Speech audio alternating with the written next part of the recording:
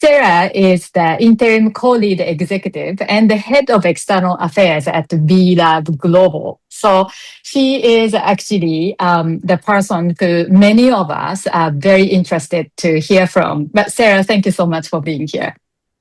Thank you for having me. And I know the title is a mouthful, so thank you. Really honored to be here and following a line of really impressive and interesting conversations. So thanks, Masami. Mm. Yeah, great. And, I have been seeing the B Corp movement for many years. And, at the B101 here too, we are one of the B Corps. And when we first became a B Corp in 2017, we were the number 7 in Singapore. So, that was in the early days, right? And now Yeah. we are seeing so much strength in the B Corp movement. And I would love to hear from you, Sarah, about the development in the B Corp movement today. Well, first of all, thank you for being one of the early adopters in Singapore, one of our largest or fastest growing markets. In general, the region around Southeast Asia is just growing really quite quickly. So that's one thing that's happening is that we've really seen growth regionally as well as deepening in longstanding parts of the world as well. Um, it's been a really, really interesting journey. So I have been at B Lab coming up on 5 years, and I've been in this role coming up on 2 years. And starting in around 2020, we started to see the really pretty rapid expansion and demand from companies around the world interested in pursuing B Corp certification. And today we're now 3 times the size we were, 5, 6 years ago. And so that's really incredible. Frankly, it was unexpected since that also aligned with the onset of the COVID-19 pandemic. And we were worried, that the opposite would happen. And so, it's a good problem to have, but I will say that we weren't fully prepared for that level of demand, growth and demand. And so the last few years have really been focused on 2 things for us. One, making sure that we were doing everything we could, including reorganizing ourselves internally to support and meet that demand from companies, that huge increase in companies applying for certification. And 2, to and continue to build and do so in a really consultative, stakeholder engagement focused way to build and now release our new standards for B Corp certification. And where do you think the growth is coming from? What's driving businesses to be actually interested or even excited about becoming B Corp? Yeah, it's such an interesting question, and we of course asked that of a lot of companies and done some formal and informal surveying methods. And there's a couple of things that have come through both anecdotally and in that more sort of quantitative look that we've taken. So one is the standard itself is increasingly understood as a tool or a framework that's it's open source. Any business leader or sustainability leader, anyone can access that and look at pick and choose what elements of that they want to try to apply to their own business. And so it's really been understood and internalized as this framework as sort of best in class. What does it look like to run a business that's aligned with your values and your purpose? And then the other thing that we've been seeing and hearing is, especially again with the onset of the COVID-19 pandemic, and I would argue it looks different around the world these days, but that instability or that economic uncertainty and social uncertainty that again looks different in different parts of the world. I'm speaking with you today from Washington D.C., which is my home. It looks our uncertainty and instability looks very different, I imagine, Masami, than what you're experiencing at your home in Singapore. And yet we have seen this demand from companies, from people, I should say, people who run companies around the world, looking for stability and looking for community. In a time of extreme uncertainty and instability, a desire for connection and learning and community. in B1G1 community as well, the Yeah. primary part of what makes it special to work together is that we feel part of something bigger and working toward Uh-huh. something that we really unite us, right? So I really Yes. resonate with what you are saying. It's really encouraging to hear that in the space of B Corp and what's actually driving the demand around what you are doing. And in terms of talking about the social good, environmental good, all of that, it requires us to work together because every single Mhm. company, even the bigger ones, alone, they cannot solve all of the global Exactly. issues that we are Yes. connected with. Yeah, exactly. I mean, and I think, we're seeing this. One example I would name is, anything around making real impact around the climate emergency requires action at scale, right? Just as you said, Mm. one company can't do it. One country, arguably can't do it. And as we've seen some of these, in some places, international or multilateral agreements around climate in particular, maybe not be as effective as we had hoped. And in some places, certain countries, including, my home country, the United States, have pulled out of these treaties. I do think that it really opens up exactly what you just said, which is this maybe a grappling with or a reflection on what does the future of multilateral or collective, organizing, what does that look like? And in particular for, the work that we do, what is the role of business in that? And perhaps not just going along, but in this moment, really leading and proving that this is good for business and that it's possible. There's a different way of doing business. So I think that's the exciting sort of challenge ahead of us, and it feels more relevant than ever to understand that individual choices matter, and we must go beyond those individual choices. We must Mm. be acting in concert and collection. Yeah, that individual choices is really an interesting point because we can talk about the businesses and their leaders, their team members, Mhm. and their need to belong to a bigger mission and purpose.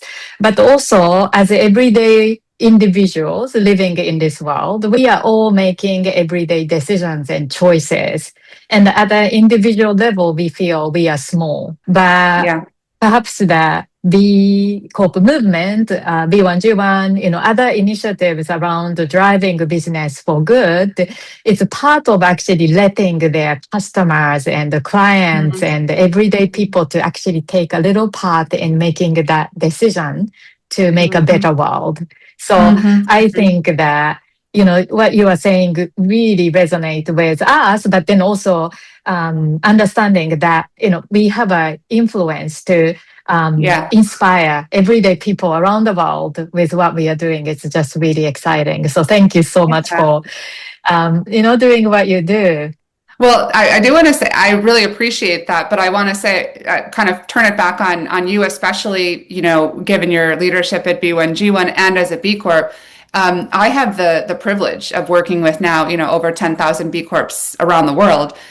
Those are the individuals who are making the choices and who are proving this way of working that we've been talking about. So just to say, I'm here in service of and in support of the work that you and thousands of others around the world are doing. Sarah, when I introduced you, I referred to your title as interim co-lead as well as head of external engagement, right? Like, so could you just describe to me what's happening and what your title also means on the day-to-day basis at the moment? Yeah, it's quite a title. So absolutely.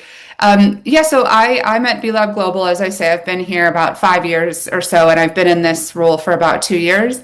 And so I share the accountability at BLab Global with my co-lead executive, Clay Brown.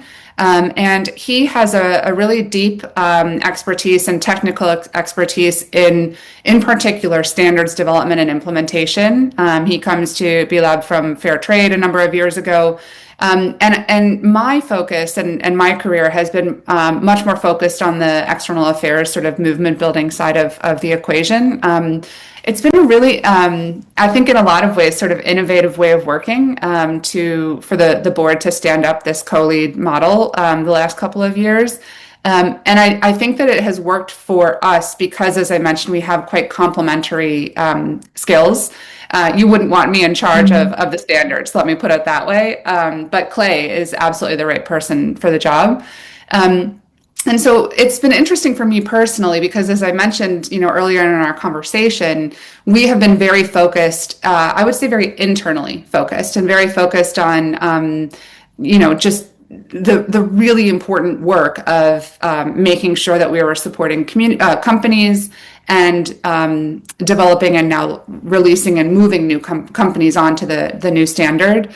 And B Lab's theory of change 20 years ago was never about, only the certification. The certification is incredibly important and foundational to our theory of change, but the certification alone will not, to your point, will not get us to the sort of power that's needed for the structural and systemic changes that we all hope to be a part of bringing about.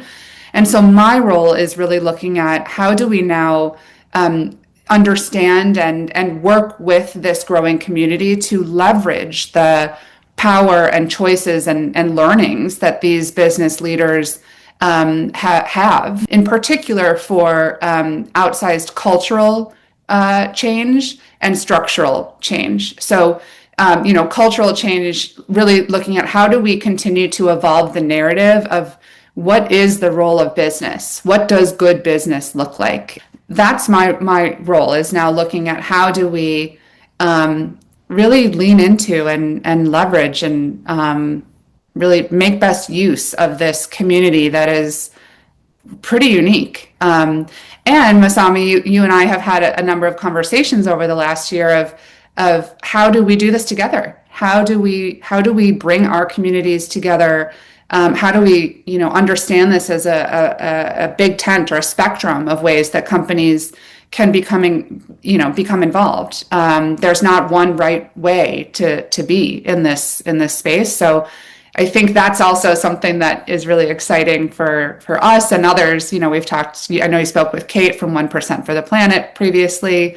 And, we so respect the B Corp movement. And that's, because of that, we are part of B Corp movement too. Yeah. But as you mentioned that the 1% for the planet, we have an overlap with 1% for the planet movement because B121 is one of the environmental partners of 1% for the planet, which means then when our members are making contributions, they can use that to also qualify for 1% for the planet certification if they choose to pledge 1%. And all of that, often business people have so many priorities that they have to juggle. And so it's difficult for any one business to immediately go, I want to become this very perfect business. Then it's difficult to take any initial steps because we will go, okay, today we don't have a time. We're not ready yet. And that might take 10 years and they might be still in the same place, right? So that being able to enter from where they are at, where we are at, and then to expand beyond so that it doesn't stop at one status or one thing. That is actually something that I'm very excited about talking with you too. Yeah, it's such a good point. And I think, we talk about that as sort of continuous improvement. And that's one of our core values, is, there's so many adages and sayings about this, don't let perfect be the enemy of the good and all of those things. But it's exactly what you said, that we just need people to take a step to look at what is the next right step for you as a leader, and that you have a host of options, which is the good news. And so for the B Corp certification, these new standards were certifying companies on the new standards this year. We'll start doing that. That is exactly what you're talking about. It's in recognition that there is no sort of perfect way of being a business leader, being a human, right? I haven't figured out how to be perfect yet myself. But we can recognize that we can choose to be on a journey of continuous improvement. And so for us, launching these new standards, they are in a lot of ways much more rigorous than the previous B Corp standards, and it will require every B Corp to really look at how are they needing to also improve their practices. And that's intentional, right? We need to continue to kind of raise the bar and build a community that is rooted in that value of continuous improvement rather than perfection, as you say. Sarah, you are serving in a leadership role at one of the most well-respected impact organization in the world today. So my curiosity is, how did you end up being there? I ask myself the same thing every morning. How did I get here? No, but I appreciate that. On a personal level, a sort of family level, I'm the product of immigrants to the United States, and when my grandparents came to the United States, when they were fleeing persecution and seeking safety first and foremost, and then the opportunity to work hard and build prosperity. The jobs that the men were able to find were in steel mills. And this was around the turn of the century in Chicago in the United States. And that they were very grateful for those jobs. A lot of jobs were not open to them as immigrants. They were discriminated against. And also, these were incredibly dangerous jobs. People were, dying, being maimed. There were not a lot of, if any, protections for them. And I never met my grandparents, but I'm aware of the work that they did around making choices as individuals that they felt that they and their friends, their coworkers deserved better, that they deserved at minimum safety and ideally also shared prosperity for the work that they were contributing. And so they were a part of organizing. They made individual choices that they were going to take risk, give of their time and energy, and to work as a collective, and in this case, in the labor movement. And they, along with thousands of others, and building on the lessons of many other movements that came well before them, were able to win some of those protections and to build, a safer life for themselves, both, in terms of physical safety and economic safety. And that is just, I wanted to share that because that's very much a part of who I am and how I understand, my own personal identity as a product of immigrants. That's what brought me here personally. I very much believe and have seen what can happen when individuals make choices and work together to advance those goals. On a professional front, I have been incredibly fortunate that I've been able to build a career that very much aligns with my own values. I have worked in environmental conservation and community health, primarily all over the world. And so when I was living in Indonesia and working on small scale fisheries, that was very different than, working in Ghana and working on trying to understand poverty alleviation and what interventions could be most impactful. But what is true in both of those scenarios is that these were systemic challenges. And that for me is when I decided I was going to move out of this more direct service sort of work and move into a systems change organization. And so I spent time at the UN Foundation and other places, and then came to B Lab for that reason. Wow, I did not know this, story behind what you got you to be here today. And when I talk with people who are very, very mission driven and committed to their work, often we then discover there is a bit of origin story Mm. somewhere. And then many of these people actually also talk about their luck, that I was Yeah. lucky because and but the thing is, you can be just lucky and happy, right? Like, oh, I'm lucky and I can take care of myself and I have a good life and they keep going.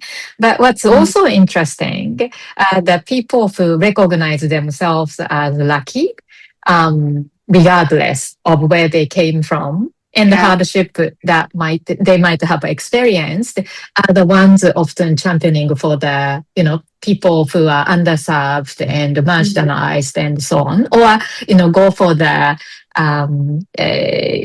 systemic change that they could create because of their privilege and so on. So it's very, very empowering and encouraging to see. So thank you for actually reaching here. Oh yeah, well, I appreciate you asking. It's meaningful to be able to share a bit of the personal. I'd love to hear. We've talked a bit about this, and I know you've shared this elsewhere, but I'd love to hear a bit, Masami, about kind of how you understand yourself in the work you do. How did you decide to get to this place today? Oh, wow. Like I've been, this is a unique conversation, right? Because I'm supposed to be interviewing you, but I'm very happy to respond to this question because I think, growing up, I felt I was not fitting in where I was. Growing up in Japan, I saw my parents work really hard as well. They came from uh, lower middle class family. Well, my parents were, not having adequate education, so he struggled to get a decent job initially, but eventually working for larger companies. So he really, really worked hard to climb the ladder he could climb. No, but he Yeah, also yeah, had challenges. So growing up in that, I didn't just feel that I fit because I was just so quiet and didn't know how to express myself too. But then somehow, interestingly, I became a backpacker when I graduated from school. I just yeah, took time to, yeah, travel overseas and spend the time actually learning and traveling and connecting with people. So having very little amount of money and being vulnerable and not even speaking yeah, English at that time, yeah, I came across, yeah, the human kindness in the most amazing ways. But also for real, I was seeing some of the totally different kind of challenges people faced on everyday basis, like children living on the street and so on. So when I accidentally became a mom years later, I yeah, decided to become an entrepreneur because I realized that my daughter was actually lucky to be born in my family. And but there are lots of children I met who weren't lucky enough as my daughter. And I thought if we all felt we were too small to do anything and said, sorry, we can't help, because we are all powerless, then what happened if my daughter was born in that circumstance and the world of people said, sorry, we are too small to help. yeah, yeah, So that's the starting point of yeah. my entrepreneurship journey to, Wow. committing that when our business actually grow, we wanted to giving back and doing good to be part of what we did every day. But Yeah, then because for business, it's so hard to try to do big thing, right? Because one day, when we are bigger, when we have more money, we will set up a foundation, we would do this and that. Then the idea of B1J1 that every time we sell a packaged organic gluten-free meals that which we were selling at that time, we will give a meal. And yeah, then we thought, what if instead of doing this alone, which was already very meaningful for our food company, but then we thought, what if we actually worked together with all kind of different businesses and yeah, they choose to make an impact in their own way. But the premise is that we do small things every day. So that's yeah. B1J1. So yeah, happy to Love share that. that, feeling of Yeah. if we are lucky, what can we do and how Yeah. can we spread our luck?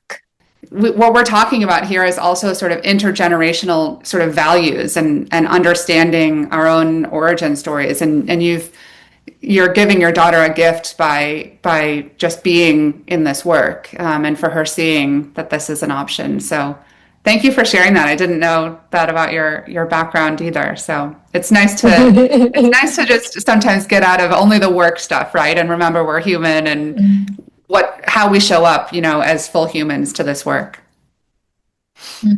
And Yeah. Sarah, we can very easily say business for good is good for business. We can say that, and that's what we stand for as well. But from your point of view, not just as a catchphrase or a theory, how do you see business for good is actually great for business? Yeah. Yeah. I think, um, well, first of all, I would say that, at B Lab, we have one of the largest, if not the largest. I won't make the claim, with certainty because we don't know, but we have one of the largest data sets of business behavior in the world. And this year, 2026, is our 20th anniversary, actually, of being in existence. And so I share that just to say that, your question and my, excuse me, my response to that comes with 20 years of data and one of the largest data sets, as I say.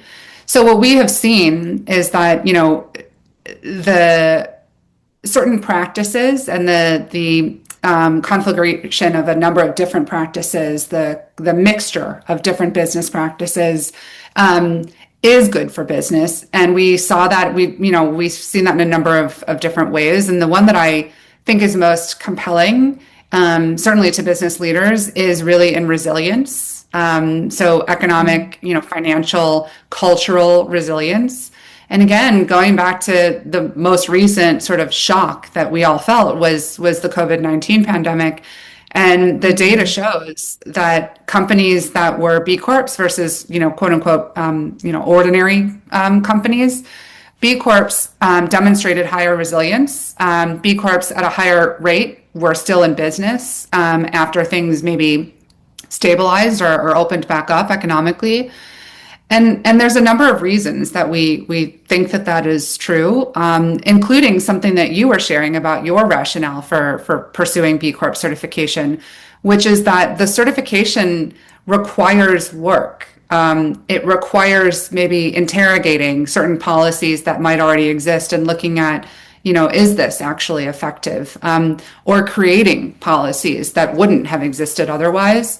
When we're talking about building a strong company and when we're talking about changing the rules of the game, both of those cannot be done on a short time horizon. These are longer term sort of planning decisions. And so that's, what we've seen is that taking the time, being really intentional, as you were saying in your own company, about looking at the policies and practices that you have in place or do not have in place. We have seen that especially when there are economic or cultural shocks, sets those businesses up for much stronger ability to weather and come back in some cases even stronger post shock. So, Sarah, it's really great to be, having this conversation with you. And I enjoyed very much about finding, the personal side to your story of being in the important leadership role as well. So thank you so much for your work and sharing your ideas and stories too. Thank you. Thank you. It was so great to be together. And as I mentioned, I've just moved house and this is the first call that I'm taking. And I can't think of a nicer way to sort of open up my new home and start this new journey. So thank you, Masami, for today and everything that we've discussed in the past and that is to come. It's really nice to be on this journey with you. Thank you.